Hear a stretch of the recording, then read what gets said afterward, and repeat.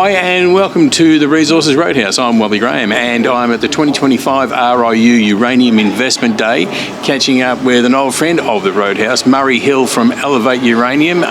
Murray, good to see you again. You too, mate. Now, EL8 Uranium, you're pretty busy. You've got a couple of serious uranium projects, one in Namibia and others in Australia. Yeah. Of these, which of these projects would be your most advanced, would you say? Most advanced is in Namibia. Yep. Namibia, we've made full discovery in a period of 4 years from 2019. Copies and Heribeb now resources. Copies in 78% is indicated status now, so we can advance that project. We've just built a pilot plant for our upgrade process, which is a beneficiation process to lower the cost of processing these superficial styles of ores. That's on a ship now on the way to Namibia. Our metallurgist is heading across, and we're going to run it later this year to prove upgrade is on our projects in Namibia, because it's not just copies, it's Heribeb, it's Maranika, there's a number of projects now. Yep. So yeah, that's, and for sort of most advanced is Namibia, it's costing us $1,000 to drill a hole. So, you know, unlike Australia. Yep. So, and you can drill pretty quickly over there. So yeah, it's a more advanced jurisdiction. It's been producing uranium for 49 years at Rossing. So that's familiar with uranium. Yep. It's not scared of it. Yeah. So it's a good jurisdiction in that respect. As far as uranium goes, you're in a pretty good place. Yes. Yeah. Absolutely. All right. So, and what do we expect to sort of hear from there in the near future? Well, whilst the pilot plant's on the ocean, getting there, obviously there's not going to be much to report on that. But once it gets there, obviously pilot plant results, and we've still got drilling occurring at Namibian 4 project, and we're planning a few other drill programs at the moment in Namibia, as well as a drill program in Australia. All right. The Angela project. So a bit of news flow coming out of those from drilling as well. All right. So you've just touched on the Australian projects there. Yeah. Also the Angela project, is that Yes. right? And it's in Queensland. No, just south of Alice Springs. Okay. Yeah, 25k south of Alice. It's got 31 million pound at 1300 ppm, so it's a good grade. It outcrops and dips sort of 9 degrees to the west. We've done a seismic survey. We've sort of identified the lens that's mineralised, but identified a lens underneath it. It's never been drilled, so we want to go and drill it and find out. You don't know until you drill it. So it may expand the resource. And again, as far as jurisdictions go, if you're going to be looking for uranium in Australia, South Australia is pretty much the place to be. Yeah, well, we're Northern Territory mostly, and some in Western Australia, but we're focusing on the Northern Territory area because it is a good jurisdiction to be in. Yeah, we don't have any in South Australia, but that's obviously the next best one. Yeah. My geography's not too good this morning. Oh, mate. Well, Australia's so confusing, isn't it, as to what you can and can't do. So the good thing is, we are in a good jurisdiction of the Northern Territory.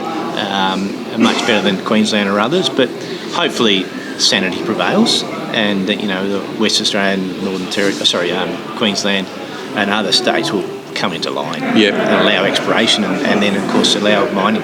Well, that seems to be a bit of a sentiment around. It would be in a conference such as this today that eventually.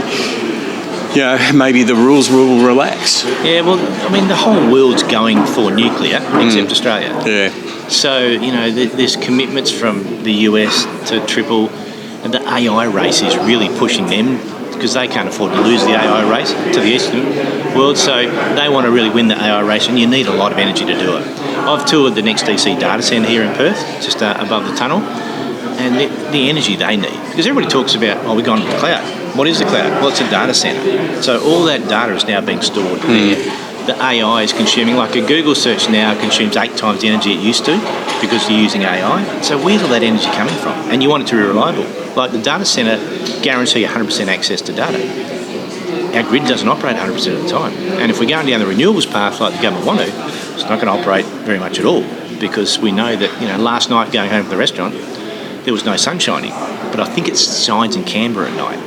So that might be different over there. Oh, okay. So yeah, we certainly we need nuclear, and we need uranium to feed the nuclear fleet. Yeah. And so, as the rest of the world sort of are proving that renewables don't work, we don't see it here in Australia for some reason. Politicians don't. So I think there's going to be a crunch point where we just don't have the power, and we're going to have to do something. But then it takes a long time to build a nuclear. It's 8 years from going away. I think maybe it'll probably be also just trying to meet the worldwide demand for uranium. I was having a chat with John Scholz over there at Argonaut just before, and we were touching on that it doesn't matter how much comes on at the moment, actually meeting the demand's going to be difficult. Yeah. So, we're always going to be chasing our tail, so to speak. We know there's a supply-demand issue, Yeah. but the supply is having problems, like Boss Energy, Paladin had a few problems. So all the ones that are coming on are having a few problems. So you know that all these predictions of